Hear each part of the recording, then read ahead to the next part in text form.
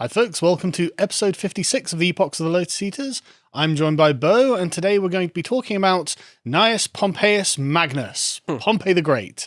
I'm going to be trying to rehabilitate his memory somewhat in this episode, because I just be warned, I'm quite biased in favour of Pompey, because I just really like him. I remember reading Plutarch and various other, I can't even remember who now, literally a decade ago.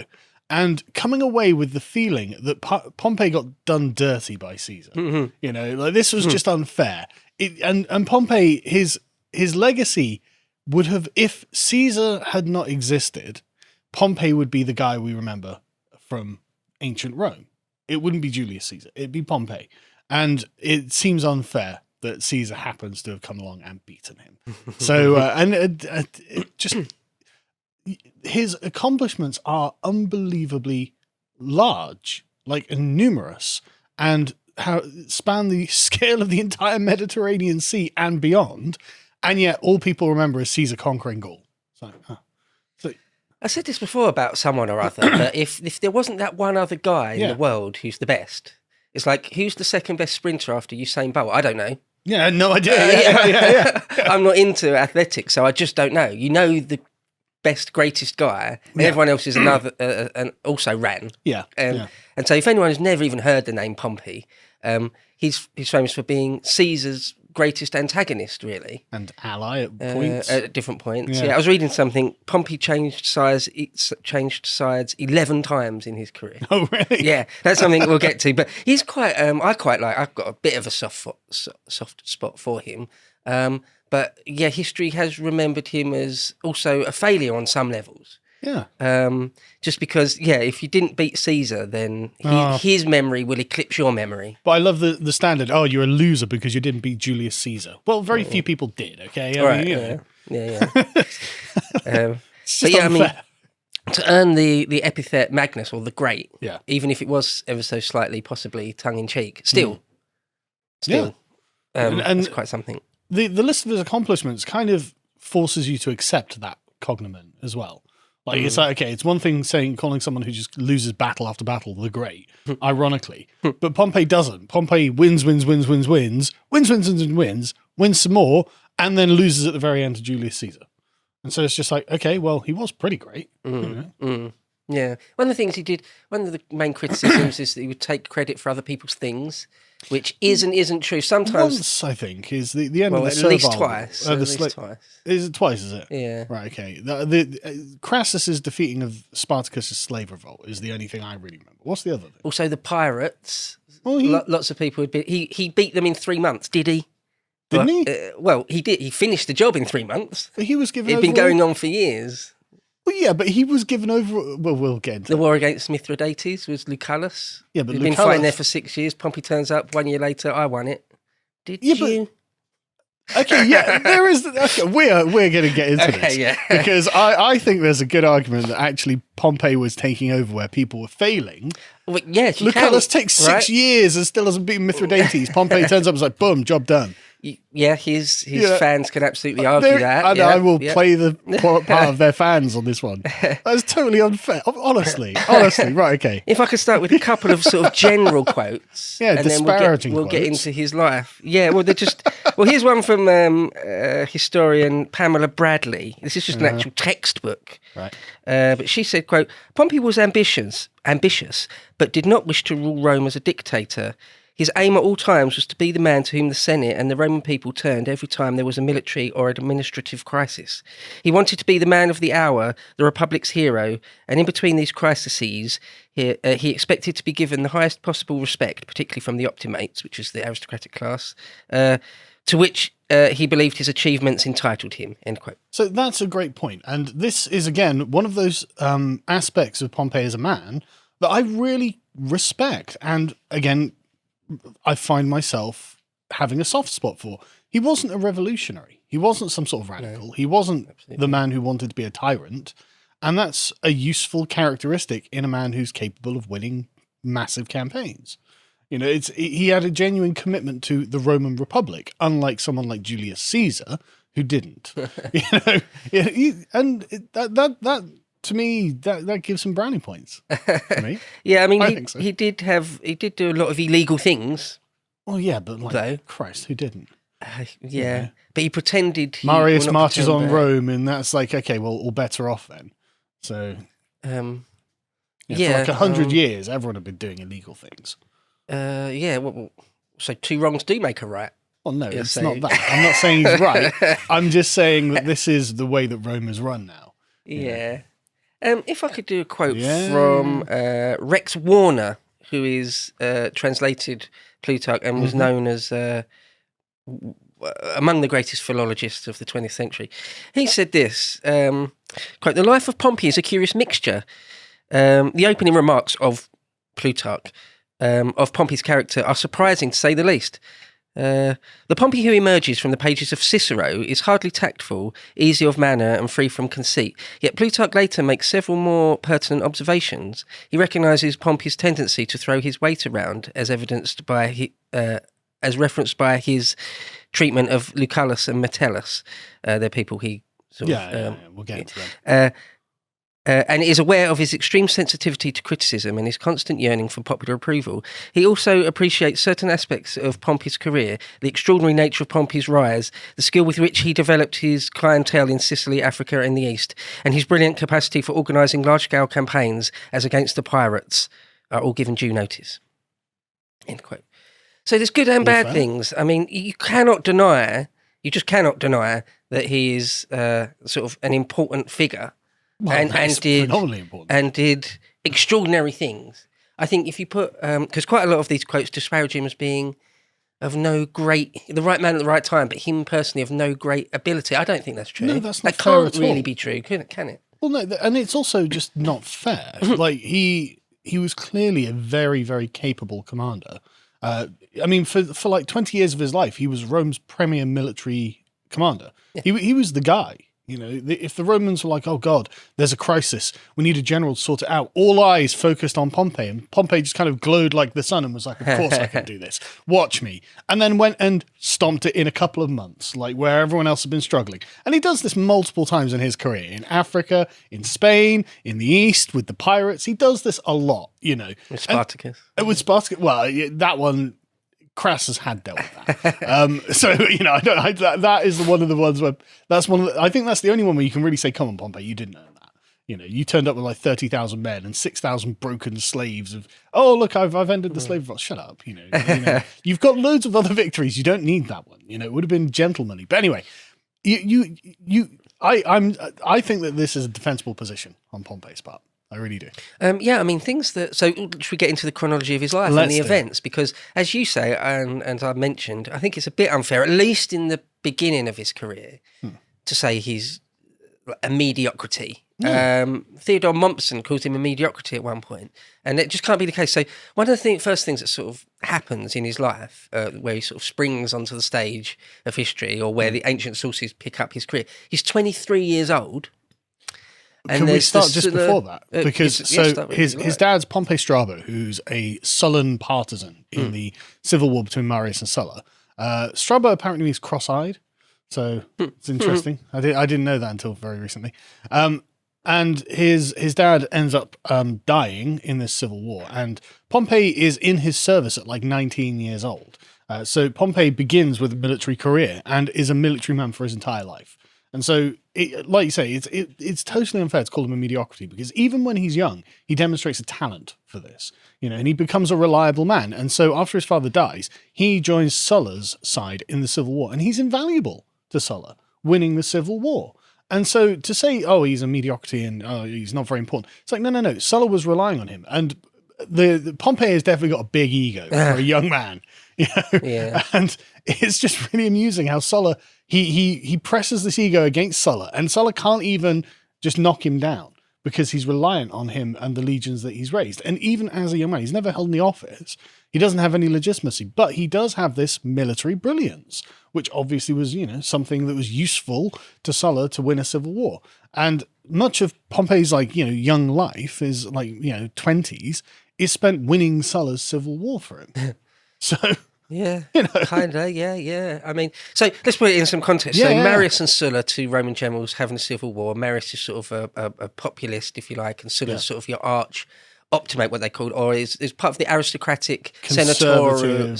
conservative senatorial faction or We will party. we will definitely do a life of Sulla at some point because I absolutely love Sulla.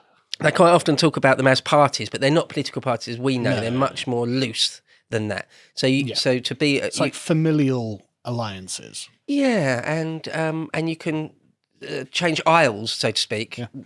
It's very informal. You can, it's not really like a formal thing. But anyway, so his father, Pompeo Strabo, was bitterly hated. He was a general, apparently bitterly hated by his own men. Yeah.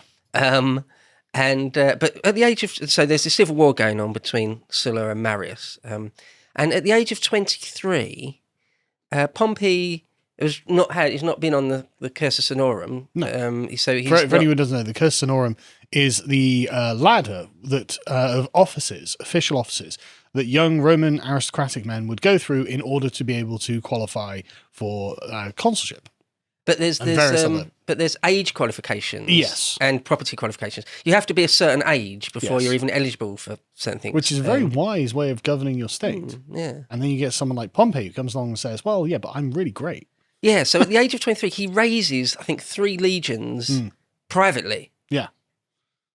Okay, so right away you can see we're in the late Republic. Sure, you just wouldn't be able to do that a couple of hundred years earlier. There's no way that's really possible. But at 23, he raises 3 legions out of his own money. They're completely loyal to him. It's a private army, and he fights for Sulla, as you say. Yeah. Sulla returns back from the east and finds Pompey with like 15,000 men, and it's like, oh, that's useful. Yeah, I could definitely use 15,000 men and a bright young star of a general who they seem to like, and that's another thing as well. Pompey is a well liked guy.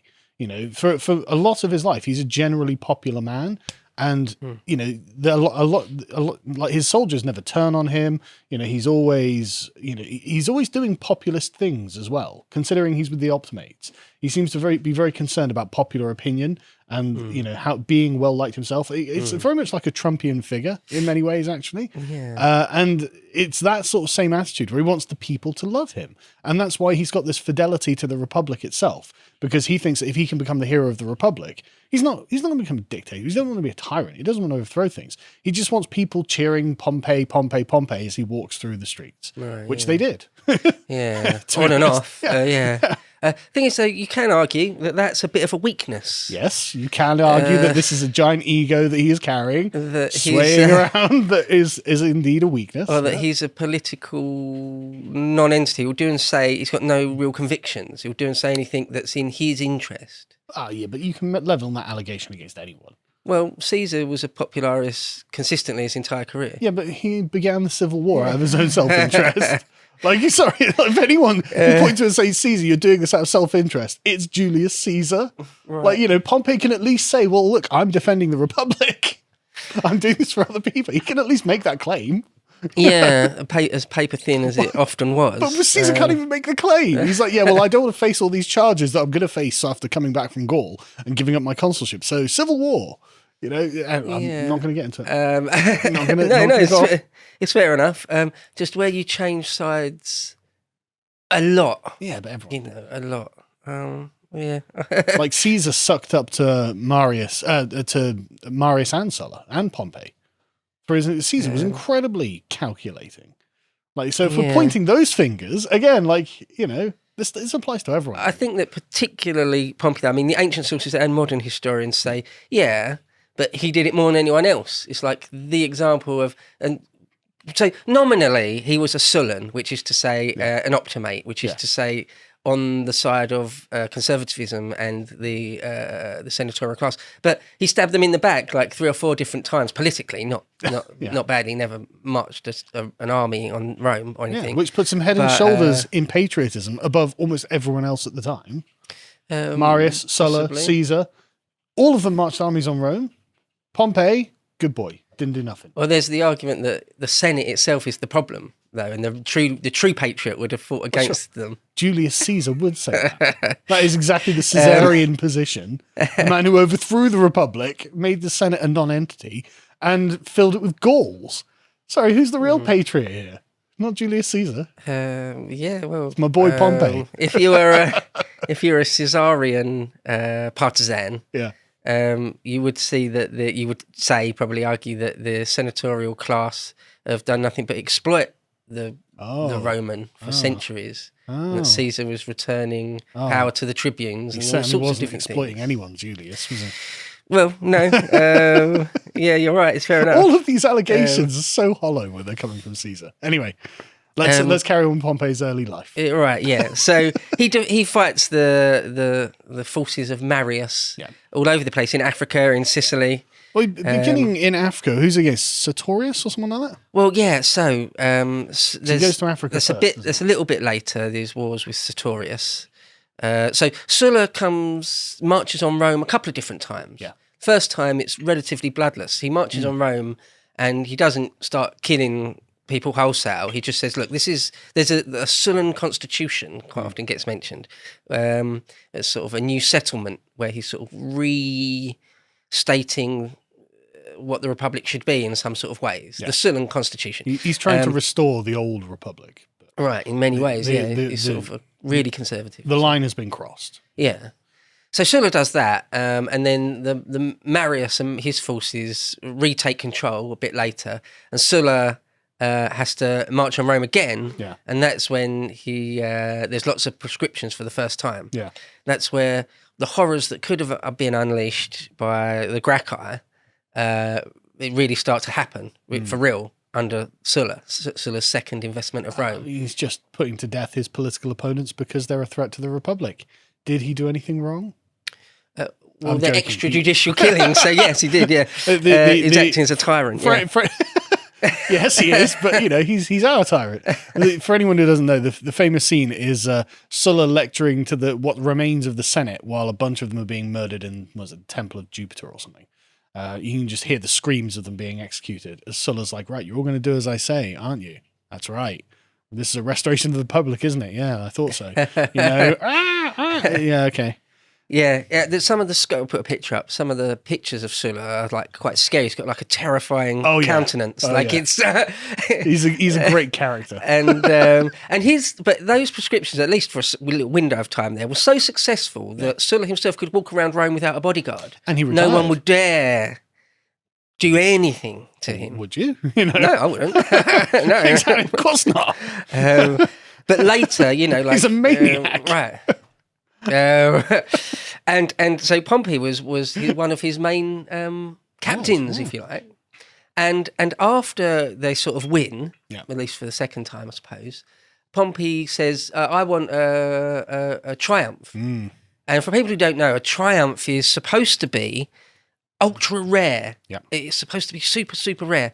By the end, Augustus gives himself 3 in one day and but, stuff. But there's an important aspect to triumphs. It has to have been saving the Republic from an imminent threat. That's the idea. Yeah. And usually that has to be foreign. Yeah. So if you get a triumph for defeating Hannibal, if you're Scipio, you don't get a triumph for crushing your countrymen and murdering them in the Temple of Jupiter as Sulla. That's not why you get the triumph.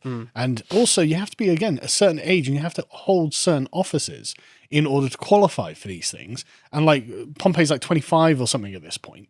And he's just like, so I've got this giant ego that I'm carrying around. I think I do deserve a triumph. And Sulla's like, no. And he's like, yeah, but people worship the rising sun and not the setting sun, don't they, old man? And Sulla's like, what? Yeah. And Pompey says it again to his face. And so Sulla's just like, the brass balls on this man. Give him a triumph then. Go on. And so he does. Give him a triumph. And you just think, Jesus Christ, Pompey. Just the brass balls on you. Yeah, you can imagine Sulla be like, "Excuse me? Yeah, exactly. Baking powder? Who are you? Just ask me that?" Yeah, so he says, "I want a triumph." And they're like, you're not old enough to even be a general in the first place. You've illegally raised a private army straight away. You should at least be, before you're given any sort of army like that, you should have at least gone through loads of different bits on the ladder. Yeah. You've done none of that. Yeah. And but all I can see is Pompey's sort of smiling, boyish, grinning face, like, so? Yeah. You shouldn't have marched on Rome, and what? And he says to Sulla, "Yeah, I don't care. Give me my triumph." Yeah. And Sulla's like, "I like the cut of your jib. All right then." There's a way, like, Sulla just seems like just exasperated, just like, oh my god, I can't. Okay, fine, give him his triumph then. Like, just whatever. I've got a republic to restore. Yeah. But so here's a couple of things about Pompey right there. One, how can you possibly deny he's got an extraordinary character? Yeah, exactly. A force of will, skills, all sorts of things about his character. A bit like Napoleon. As he gets older, those things wane or become less pronounced. But certainly at the beginning, how could you kind of bully someone like Sulla into giving you something you're not legally allowed to have? I can't imagine how anyone could bully Sulla. Because Sulla, like, he's kind of like an arch villain. Like, Game of Thrones with Charles Dance's character, Lannister, Tywin Lannister. That's how he comes across. Like, Sulla is like the arch sort of patrician, calculating, strategic, has never lost a battle, has marched on Rome, has conquered all of his enemies.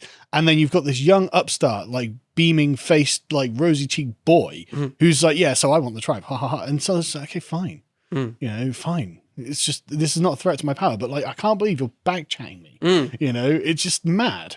Yeah, but the fact that, because it's completely against his will, all the accounts say Sulla didn't want to give him it, but he did. Yeah. So it's like, I wonder exactly what's going on there, the relationship between them, the power dynamic between them, exactly what it is. Pompey was very competent. You can only really infer that, right? Yeah. Pompey says, also, I want your stepdaughter in marriage, thanks. Yeah. And Sulla's like, So okay. Bring up marriage is an interesting thing, because Pompey has many different wives throughout his life. I think he has 5 marriages. Yeah, and it's interesting how, like, initially, like when he's like 19 or something, or when he's very young, his father's died, and yet his father is being accused of having stolen something, and so Pompey is on trial for his father's crime, because that's how Roman law worked. And he managed to prove to the judge that it was actually one of his freedmen or something like this, a freed slave that had stolen this thing. So Pompey's acquitted.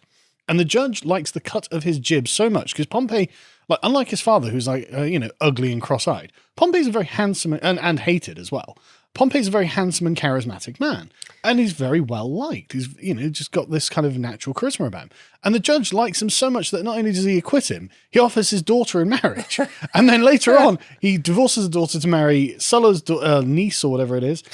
Stepdaughter, sorry, yeah. And then he ends up marrying Julius Caesar's niece. And like, it's just wild how he just falls into these major, alliances through marriage. And it's just like, a lot of it's just like, look, you're just pushing your luck, aren't you? And he's like, yeah, I am. Yeah. Yeah, I am. Yeah, I'm pushing my luck. Yeah. It's like, what are you going to do? It's like, I'm going to give you what you want. Yeah.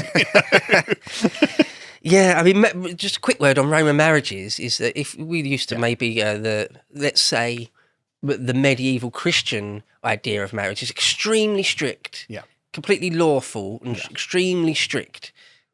Biblical. Yeah, and divorce is rare, if not non-existent.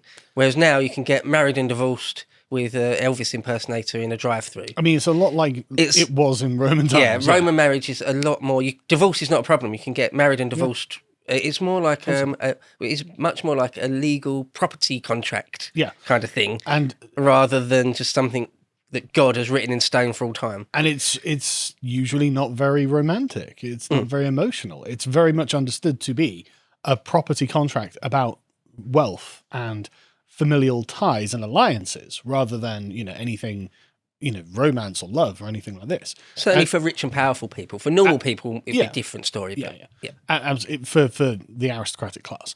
And it's just very remarkable how Pompey just goes through wives, frankly. I mean, it's really interesting as well. Like, divorce is just at the drop of a hat. Like, Caesar divorces his wife merely because there's a rumor that she'd cheated on him. Yeah. And he's got this famous line. He's saying, no, Caesar's wife must be beyond reproach. And it's like, wow, that's a high standard. And he's just like, yep, you're gone. Must be seen to be above reproach. Even the smell of... no one would even accuse. That's what my wife has to be like. Yeah. That's very interesting. Because, I mean, obviously... Like, Pompey divorces a couple of his wives because they're accused of cheating, and he's just like, well, you probably did. I'm gone. I'll find another wife. Christ, I'm Pompey the Great. Yeah.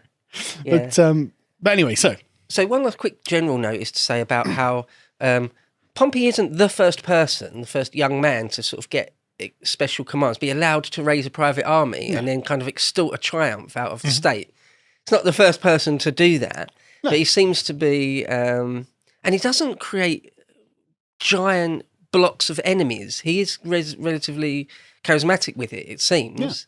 Because some people, when they act like this, they just immediately get a giant load of enemies. He does have a winning personality, doesn't he? Yeah, it seems to be so. Yeah, I mean, you mentioned his face is called an honest countenance. Yeah. He's always described as having an honest countenance. And again, I'll put up a picture of a sort of a famous sculpture of him where he looks sort of benevolent, really. He looks sort of friendly, even. And there are the many... opposite of Sulla's sculptures. Oh yeah, Sulla looks cruel. But there are many examples in his career where he demonstrates that actually he is quite forgiving and quite generous. Right, yeah. You know, he's cut from a different cloth to most of the Roman aristocrats, which is nice. To watch the full video, please become a premium member at lotuseaters.com.